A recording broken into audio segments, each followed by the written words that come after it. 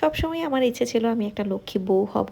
আজ তারই একটা নমুনা আপনাদের সাথে শেয়ার করব। গ্রামের দিকে সিজন ছাড়া সবজি পাওয়াটা যেন ভাগ্যের ব্যাপার, আর যদিও পাওয়া যায় সেটার দাম থাকে আগুন। অনেকদিন পর আমার সহযোগী এই আপা এসেছে, তাই তাকে দিয়ে মুরগি মাছ সবকিছু কেটে রেখে দিচ্ছিলাম। মূলত এই টমেটোর কথাই বলছিলাম, সিজন ছাড়া গ্রামের দিকে একদমই পাওয়া যায় না, যদিও পাওয়া যায় দাম অনেক বেশি থাকে। আর হাজবেন্ড বদলি হয়ে যাওয়ার পর থেকেও চাইলেও সবকিছু আনা যায় না, আনানো সম্ভব হয় না। সে হচ্ছে সপ্তাহে একদিন বাজার করে, আর একদিনেই যা যা লাগবে সব নিয়ে আসে। তো আজ তাকে আমি টমেটোর কথাও বলেছিলাম, সে 1 কেজি টমেটো নিয়ে এসেছে।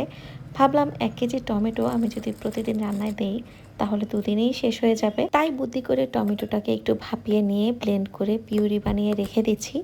এই পিউরিটা হচ্ছে মাছের সাথে 1-2 চামচ দিলেই কিন্তু হয়ে যায়। এতে রান্নায় স্বাদও বাড়বে এবং 1 কেজি টমেটো দিয়ে আমি 1 মাস চালাতে পারবো। বুদ্ধিটা কেমন বলেন তো? আমার সাহেব পাশে আসতে আসতে বিকেল হয়ে যায়, তাই চেষ্টা করি সে আসার আগেই সবকিছু গুছিয়ে রাখতে। আর এখানে আমার একটা পার্সেল এসেছে, এটা আপনাদের সাথে পরে শেয়ার করব।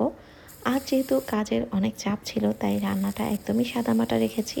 আর আপনারা তো জানেনই দুপুরে আমি বেশিরভাগই না খেয়ে থাকি। তবে আজ দুপুরে রান্নায় ভাজি, ভর্তা, ডাল এসব করেছি, কারণ আজ কাজের অনেক চাপ ছিল, আজ একটু খেতেই হবে। আমি সবসময় চেষ্টা করি রান্না শেষে সবকিছু মুছে পরিষ্কার করে যেন রান্নাঘর থেকে বের হই, কারণ ওটাই হচ্ছে আমাদের রেগুলার অফিস, ওখানে যেতেই হবে। পরিষ্কার থাকলে একটু ভালো লাগে।